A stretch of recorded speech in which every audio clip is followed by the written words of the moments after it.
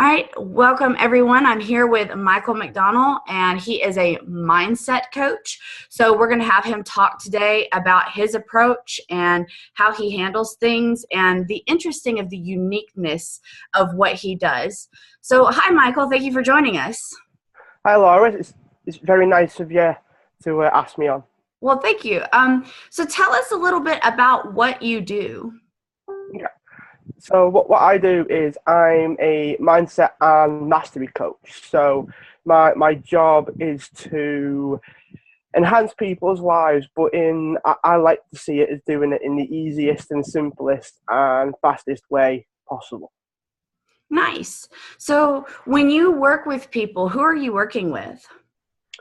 The vast majority of the people that I work with are people that do run their own businesses, and they tend to describe themselves as entrepreneurs. So it's kind of like it's their show kind of thing.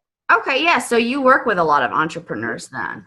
That's cool. What do you feel like is so important about this mindset thing?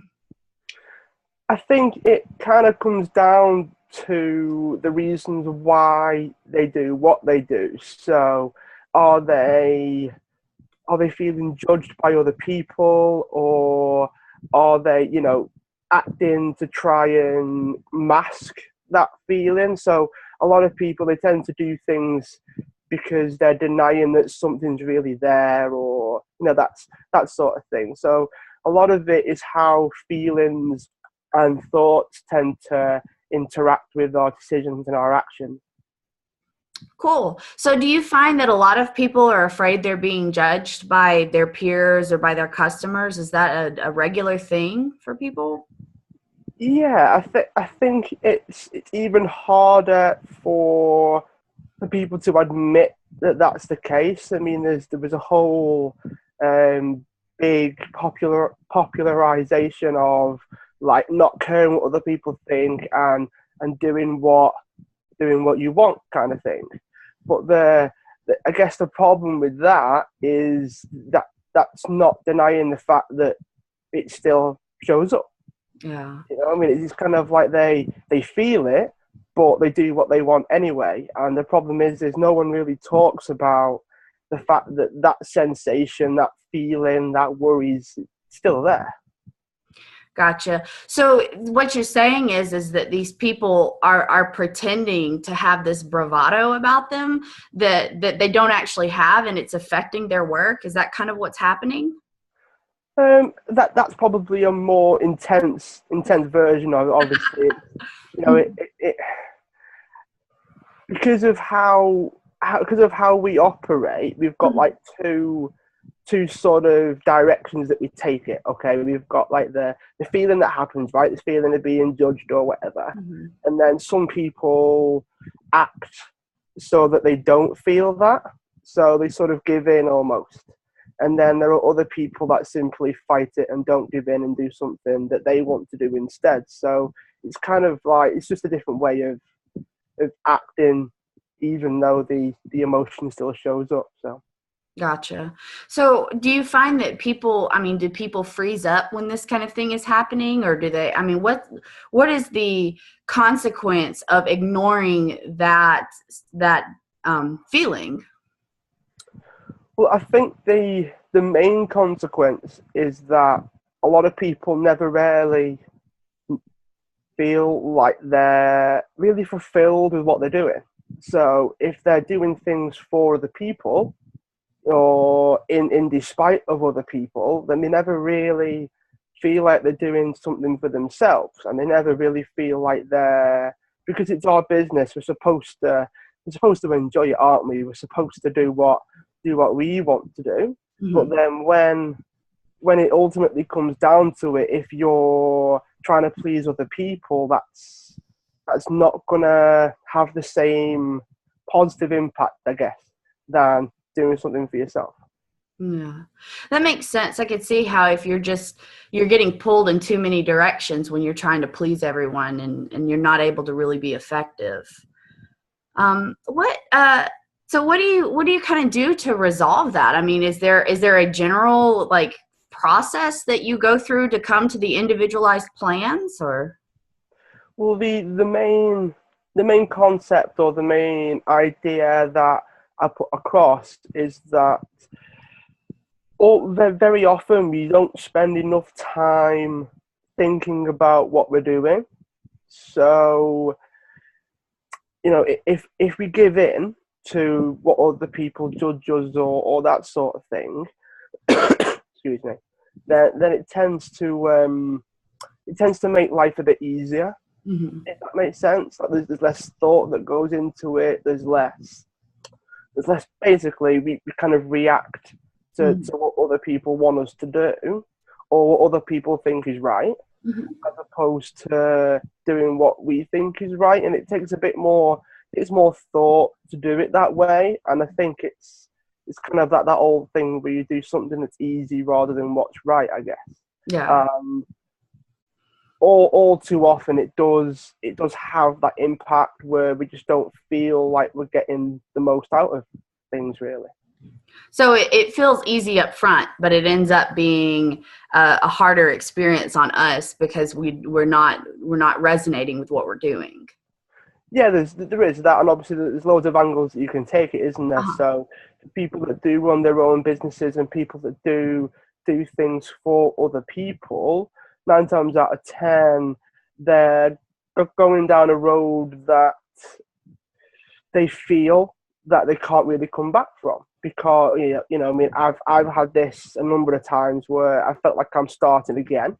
Yeah. So the more things I do for other people, when I finally do something for myself, it feels like I'm starting again, and it feels like I'm going backwards, or there's this lack of moving forwards. Hmm. And I guess again, it's about trying to think things through and actually trying to put some of the pieces together, and try and look at all the angles, which again, it's from a sciencey type angle, there's actually a different part of the brain that does all those things. Oh, cool. So it kind of, we're living in a certain part of our brains as opposed to the part that's responsible for, like there's people out there that have built rockets and things, and we're trying to figure out what we're having for our tea. So it's very it's a very different Uh-huh. lifestyle and a different way of thinking. So Yeah. Well, cool. So how did you get into this? I mean, what was the inspiration, or what was that moment for you when you realized that this was important for you? I think it's more of a gradual thing. So for me, I started off as a personal trainer. So I was helping people from a while ago. I've been doing this for a while now, and I realised from a health and losing weight perspective that there was a lot more to it than just exercising and diet. There was a lot more to it, and I guess the only way I could describe it is there's an element of you need to integrate things Yeah. into people's lives, and you can give people the best at the time, people the best diet and the best workouts in the world, but they've got to do it, and they've got to figure out how they can fit it in, or have they got to tell people that they're committing to their diet, so maybe they might support them or help them, or if they don't do that, then obviously the people that don't want them to change, because it'll mean that they'll change, they start to fight back and they start to make life very difficult. And as a trainer, I didn't take that into account when I first started. I mean, I don't imagine many trainers do. They go, right, we're going to train twice a week, or I'll give you this diet that's perfect for you. And everyone's like, right, yeah, but it's not perfect for my entire family, or it's not perfect for my business, or maybe my friends won't like it, which comes back to this element of judgment as well. I mean, if everyone's eating rice and cake, and you're going, no, I've got to stick to my celery because I'm trying to lose weight, then you're more likely to go off diet. So I started to see that. And then I realized that because of that, I started to think, well, maybe there's more to it. Like this idea of me trying to help people and help improve people, there's more to it than just changing. There's a lot going on where it's like nothing will change unless you change. But the problem is there are more to it. You've got to make it easy for them to change. Hmm. Cool. So from there, it just kind of became, I mean, did, did you get into like hypnotherapy or anything? Or was it just one of those like, no, we just got to talk about what we're feeling and push through and shift to that different part of the brain? Or like what kind of pulled it all together for you? There was there was a bit of a moment, I guess, where I was working with clients that were struggling, and I realised that I had to actually be a coach for them rather than just tell them what to do. So I had to actually sit down and go, okay, well, what if you made this change, or what if you made that change, or how could it be easier for you to do this? And I realised that I was able to help people within that session. So it wasn't like you had to wait for months before you got results. You were able to talk through certain things, Mm-hmm. make little tweaks, make little suggestions and improvements, and then they were actually able to get results like within a week or two, rather than me trying to almost fight them, I guess, at that Yeah. point. So I thought, okay, well, what if what if I could employ that and use it in different ways? What if that way of doing things could be moved across into different areas? So I found that there were a lot of courses and qualifications. So moving into coaching, it felt like, again, one of my moments of starting again. So I actually felt like I had I had to learn. Basically, I had to learn this new skill that I wanted to adopt, and I had to feel like I was good enough, because I know there's this like deep thing with a lot of people that I've worked with, where they just don't think that they're good enough yet to achieve what they want. Now you can look at that as, well, that's just a lie, and just go and do it, or you can maybe accept the fact that you might have to learn something new. So what I did was I actually committed myself to learning it. So I got books, I went on courses. I'm still doing it now. So you might know yourself, Laura, in that once you start down this path of improving and getting better, you never No, perpetual student. yeah, you never really stop. So Mhm. I'm still doing it. I still am a very big reader. But when I did these courses and read these books, and I actually started working with people while I was studying, so I was able to take what I've read and what I've learned and understood, and try and put it in practice. Actually, try and see if it works. So it was a very unique opportunity for me, in terms of I didn't just read like 20 books and all of a sudden it works. I was able to test it, and the stuff that didn't work, I was like, well, maybe I won't try that. Maybe I'll try something different. So it got to a point where there were a lot of themes. There were a lot of like running patterns that were, I wouldn't go as far as to say fundamental, but there was, like, for instance, this element of judgment, and this social thing is something that I felt was everywhere. So I tried to come up with a way of justifying that, because obviously, if it happens all over the place, Mhm. then it'd be handy if I knew what was going on. So I found a lot of places, a lot of courses that were, well, they advertise themselves as being science based. Mhm. Um, it got interesting because I felt like I could actually start to justify what I was doing and what I was talking about. So I'm not a big believer in, like, trying to be confident in what you're saying and trying to fake it and trying to and all that kind of stuff. I felt like I needed to know. I felt like I was actually obligated to go and find out Mhm. why people were experiencing these things and what I could do about it.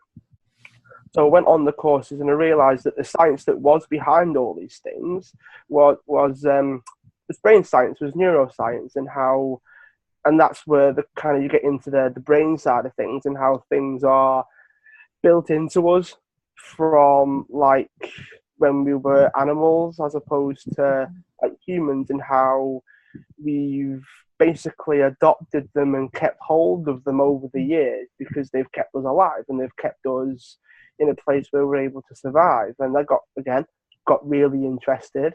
So I started looking into that, and it made more sense than just think positive.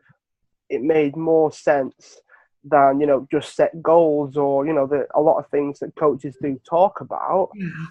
And it made more sense that we're made that way, Mm-hmm. and simply trying to talk ourselves out of it. So that's the journey that I went down, was using the science to help justify things, and it has made a big difference. Oh, wow.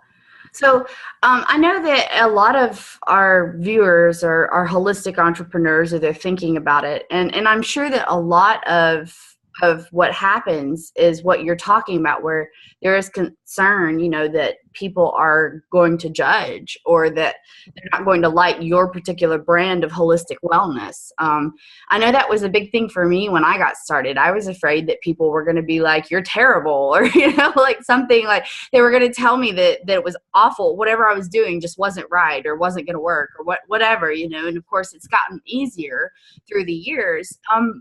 But what kind of, how important do you feel like this is for people who are becoming entrepreneurs? I mean, how hard is it to do what we want to do without this kind of mindset? I think it probably starts with accepting that it's there. Mm-hmm. All too often we try to fight it, and we try to beat it. We try, a lot of people go, well, they said I couldn't do it, therefore I'm going to go and do it. Yeah. That's still doing it for them, if that makes sense. It's still looking outwards for either what you do or how you do it. So a lot of people want to help people, which is great. I mean, we're all in the business of helping people and changing lives. That's pretty much why we feel that we're here. But then how you do it, for me, that's the part that's up to you. So as long as you can to me personally, as long as you can justify what you're doing, and your how can I put it, your evidence for why you're doing it is valid, then I accept it. I mean, I'm not a massage therapist, I'm not a hypnotist, I'm not, or any of those things. Mm-hmm. But if you can prove, not just through the books, because anyone can write a book these days, if you can prove with, a little bit of science, doesn't have to be drastic. I'm not asking for the world for this, but as long as you can justify it, Mm-hmm. and evidence to support it, Mm-hmm. and then, because obviously a lot of it is overly controlled when we talk about evidence and science. It's it's not in the real world, is it? So if you can also prove it with your results with your clients, so it's practical, then I would accept it, and I would believe it, and I would go, yeah, that works. And that's, I think, that in terms of building your confidence, because there's a lot of people that they go into it with the best intentions, but they've got no way of dealing with the resistance and the difficulties that come along with actually, wouldn't just say running a business, but working with people, and understanding that, if you were to try something new, you would want some evidence that it would work. Yeah. If you want to try this new supplement that will improve your whatever, you'll want proof that it would work, or just, any proof is better than nothing these days. I mean, particularly in things like herbal medicine and things like that, there's a lot of backlash and a lot of resistance from, people that are educated, probably I think of the right word, they'll probably push back a lot harder than people that haven't got any knowledge at all. They will probably be more likely to accept what you say, more than somebody else. So I guess it comes down to who you want to work with as well. I mean, also you got to try and satisfy yourself a little bit. Excuse me, because if you don't feel confident in, let's say, the service that you're selling, and you've got to figure out how you can feel more confident. So a lot of starting points for people that do run their own businesses is you've got to think, okay, where do I struggle and how can I get, think about like what you want to achieve and actually, even if you've got to write it down, just write down what it would take for you to feel that way. I mean, for me, it was evidence, it was science, it was, I didn't want to be a coach that couldn't justify like journaling or couldn't justify meditating or anything like that. I had to be able to say, okay, it's because of this. Yeah. And then because I can justify it to myself, justify it to somebody else. So that was me. That's what worked for me. I'm a bit of an information junkie when it comes to that. So I felt like I had to know in order to feel confident because I don't believe in something if again there's no reason for doing it. So that was mine personally. So someone that wants to get into the holistic therapies, I think one of the most difficult things is because I do know a lot of people that are coaching or moving into these kinds of things is work for them, and then they try to then help others do the same sort of thing. So things like a lot of weight loss products, they get amazing results, and they then want to help people get amazing results, and it sort of spirals that way. I imagine things like therapists and hypnotists and that sort of thing probably have a similar experience where it's worked for them, it's improved their life in some way, and then they feel like they then want to help people the same way. And that makes sense.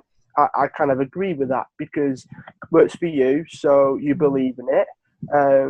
But then you've got to think, well, it's these same types of people that then don't feel confident in selling it to other people.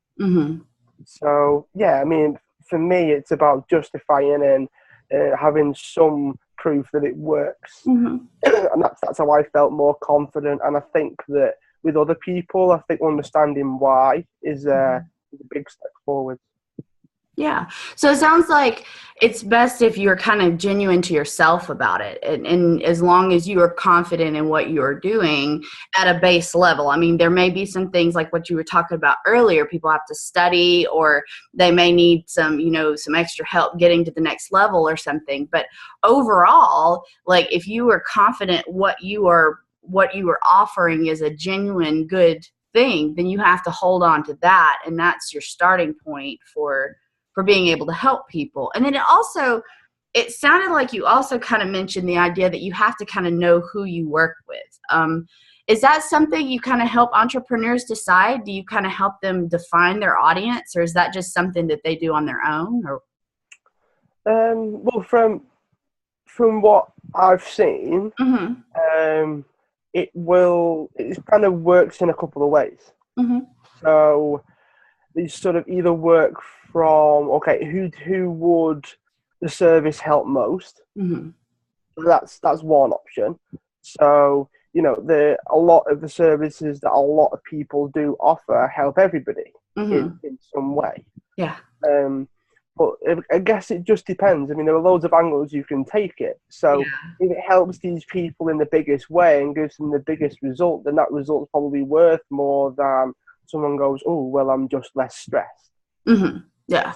I think it depends on the result that you want to achieve, and then like the people that you think would benefit most from that. So that's kind of one option. And then I guess the other option is they will find you. So you do what you want to do. You broadcast the results that you've achieved or the results that are possible. The people that can relate to you, people that can relate to like your journey or the clients' journeys that they've had or those kinds of things. A lot of people, they want the results that other people have had.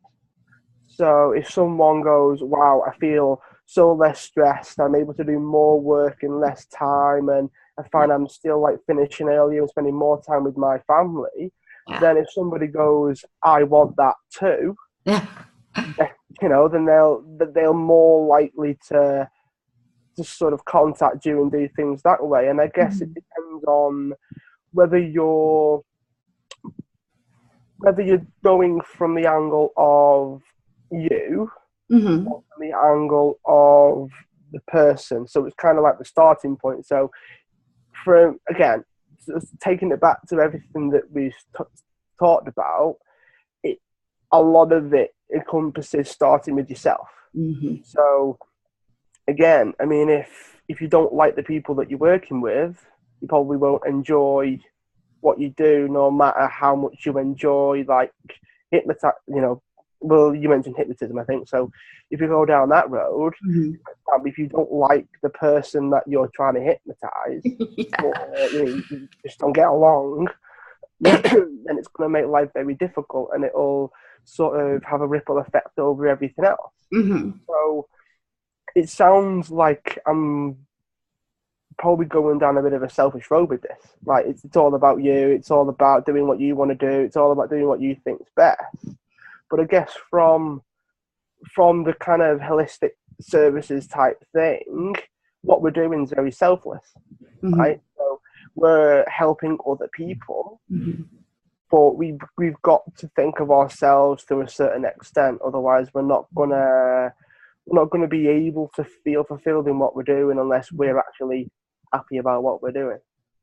Exactly. And that's something that I mention on occasion is if we don't take care of ourselves, and if we're not making sure that what we are doing is in alignment for what we want, then we're not going to be able to give our best service to other people. And so you end up not being effective. And what's the point? So I think it's important that people remember there is a certain degree of taking care of yourself that allows you to have a better quality service. Yeah, and I think as well, it's kind of like you need to set certain boundaries, I guess. So you need to have limits. You need to have, well, once I've had like so many clients, I can't have any more because it will reduce the quality, Mm-hmm. or I can only work with so many people or this type of person, Mm-hmm. because I mean, if you, ultimately does come down to you, but you can say, well, you probably won't like working with me either. If we don't get along, it's a two-way street, yeah. Mm-hmm. So Yeah. if we probably don't get on with you, you probably don't get on with us. Yeah. So you'll probably see me once and then not come back. So I guess it's about having things the best way for Mhm. both people and creating this like win-win environment. Exactly. Yeah, I like that. So Michael is offering everyone who is watching this to come into his Conscious Thrivers Circle Facebook group. It's for entrepreneurs who are destined for more. It's an opportunity for business owners and entrepreneurs to gain mastery of the most important person in their life, themselves. Michael, can you just tell us a little bit more about the group and what you're doing in there? Yeah, sure. So the group, the kind of premise on it is we take um, an inside out angle on improving your business. So I like to see, because it's our business is ourselves. So I like to see our business as an extension of ourselves. So if we're more confident, if we're happier, if we're less stressed out, if we're more calm, then that would improve our life, obviously. That just makes sense. But it also improves our business as well. So I take this inside out approach, because it's not just about what you're doing, it's about who you're being while you're doing that. It's about, are you've probably had a job or a career that you've been fed up with, and that's probably, not had a good impact on the job. So if you feel like you're better, if you're a better person, then the business will thrive as well. So that's why the group came about. That's why the people in there, I've recently posted in the group actually about, how's the group helped you, and I've had a few comments saying that they've been in the group and they've been through a dark time, and the group's helped them come out of it and sort of help them, get to the other side. So the group is very helpful because it takes a very personal approach to running businesses. Nice. Yeah, I noticed that there seem to be a lot of people on there that just love what you're doing, and that you are creating a transformation for these people that they're not getting elsewhere. What do you feel like sets you apart from other mindset coaches? I mean, I know that you're very science-based, and that's something that you don't see a lot of, but what else do you feel like is really kind of, your specialty, as it were? Okay. Well, I guess one of the main things that does set me apart is that although I can be quite complicated, and I can be quite, very much like I've got to explain things, and I've got to go in depth with things, and I've got to go, I've got to go as deep as I can. But then when it comes down to like the strategies and how it can work and the things that you can do, I'm very simple. So I actually think it was Einstein that quoted it. He said that the solution to a complex problem doesn't have to be complex. And when a lot of the time, when the solution is found to a complex problem, it is simple. And if you know something well enough, or if you're overly knowledgeable about a topic, in my view, you should be able to explain it in a simple way that other people can understand. So I think that's where I come. Well, I wouldn't say I'm above anybody else, but I would say that I'm very different, because although I do know a lot about, say, meditation, just as an example, I'm able to explain things in a way that they'll understand. And I think that that's part of why people do get results, and part of why people do get a lot of benefit from the things that I do say in the videos that I do put out into the group. So I think it is an element of being simple. And I think that, I guess it's about practicality as well. Again, so the simpler something is, the easier it is for it to be used actually in people's lives, and that's what the results come from. Yeah, being able to simplify things for people is very helpful, I think, because you are the expert on this thing, and so somebody coming to you needing help, they don't want to have to become the expert on it. They just want you to help them with their little piece of it. And so, yeah, I think that's really cool that you have this capacity to kind of reframe things in a simple way for people. That's fantastic. Do you have anything else you want to talk about? Is there any kind of advice or subject that we haven't covered that you would like to express? I mean, I'd probably leave it to you, really, because you know your audience a lot better than I do. So, is there any common themes? And I know you touched on you sort of focused in on the judgment side. So are there any other things that you, excuse me again, that you can see that actually happen, and we can have a discussion about it if you want? I think that's a big thing for most people is the judgment. They're nervous about it. The other thing that I have seen is that people sometimes can have trouble focusing. There's so many cool things. I mean, holistic health just covers everything. You mentioned the herbalism and meditation, and I'm into the Reiki and the energy healing things with the keto and whatnot. And then of course you've got aromatherapy and things like that.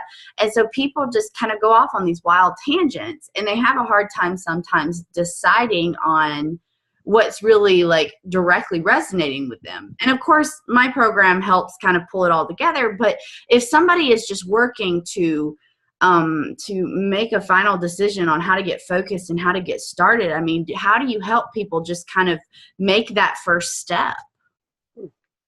Okay, well, I think two things really spring to mind straight away. And I guess the first thing is there's an element of momentum that comes into progress. So a lot of people they try to hit a very large wall with a massive hammer in the hope that they can get through. But Mhm. then if someone was to chisel away at it, and getting deeper and deeper every time, it will eventually break. And I think the other analogy is obviously the snowball analogy, where once you start rolling the snowball down the hill, it'll build speed and gradually get bigger and bigger. So I think doing the smallest action that you can take to move forwards is probably the easiest and most straightforward way of making progress. So I spoke to someone a couple of weeks ago that was struggling with videos, that was struggling with their confidence in front of the camera. And, they kind of felt a little bit down about it. And I said, well, it might be interesting for you to know that I probably shot 50 videos or more before I actually posted one. Yeah, You do one and you're like this, and you're struggling exactly. with Yeah. like weird angles and everything else. But just doing it and getting over the first time makes a big difference. Hmm. So I think just doing something allows you to, at very least, learn from experience. Hmm. It puts you in a position where you're clearly better than where you were before. Hmm. So you can then obviously, you'll naturally improve just through repetition in that case.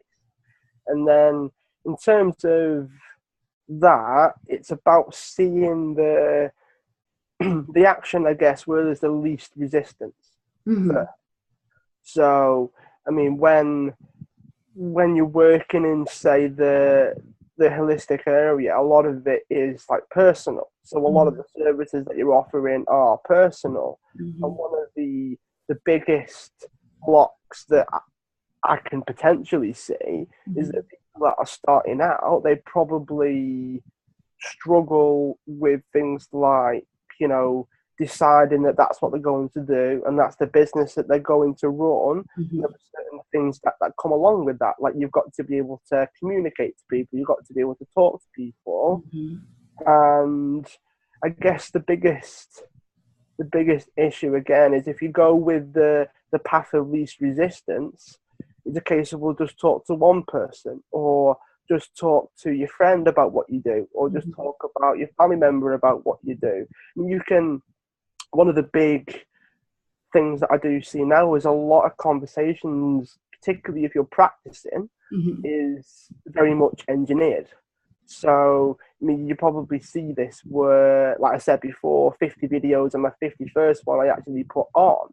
But the other 50, they were engineered. I had a topic, I was talking about them, and I would just go and I wouldn't put it on, so there was less pressure that way. Hmm. So, in terms of having conversations with people, Hmm. start with someone that's like local to you, maybe a friend, someone that you live with. Go, look, for 10 minutes, I'd like to sit down face to face with you and talk to you about what I do. Hmm. And that's the starting point, isn't it? That's the Hmm. easiest where, they're there, they're handy, they've got a spare 10 minutes, sit down and have that conversation. That's a starting point. I think too many people, they go for another analogy now, but they go for the big apple before they get to the small Yeah, ones. yeah. They try the big, because there's a big thing now about taking massive action and taking biggest action and all of those things, which I sort of agree in that if you're in a position mentally where you can actually do that, Hmm. then yeah. But that's the very, very small majority. That's like less than 1% of, particularly if you're, because if you can do that, if you can actually do that, then you're not struggling. If you can actually take massive action, then there's nothing wrong. Yeah. If you can go, right, holistic, let's just go for it. I'm going to speak in front of 10,000 people and I'm going to sell this book that I've written in 2 weeks and it's all going to be great. Yeah. If you can do that, then there's nothing wrong with your business, right? So people that are actually struggling, they see people taking massive action because they're not struggling Hmm. and they go, I probably shouldn't do that. But they don't see any other way. They don't see any other. They think that that's the only way because that's all that they see, Mm-hmm. and then they sit there and they struggle because it's either what they're doing now or massive action. Yeah. So No I in like between in their mind. yeah, like start with the easiest and most engineered way. You've actually engineered the scenario, is what I mean by that. So you actually sat down in front of someone and talked to them about what you do, and maybe even try to sell them. You can sell stuff to your family. Yeah. But it's about looking for the simplest and smallest way of you turning around to yourself and saying, "I did it." And then you can always build up from there. You can always scale up from there. You can always, you can go from a family member to a friend. It doesn't have to be family member to a crowd of people. Just take the speed and the direction and the starting point is all specific to the person. It's all, you've got to do what works for you, which is a nice way of linking everything to what we spoke about before. Yeah.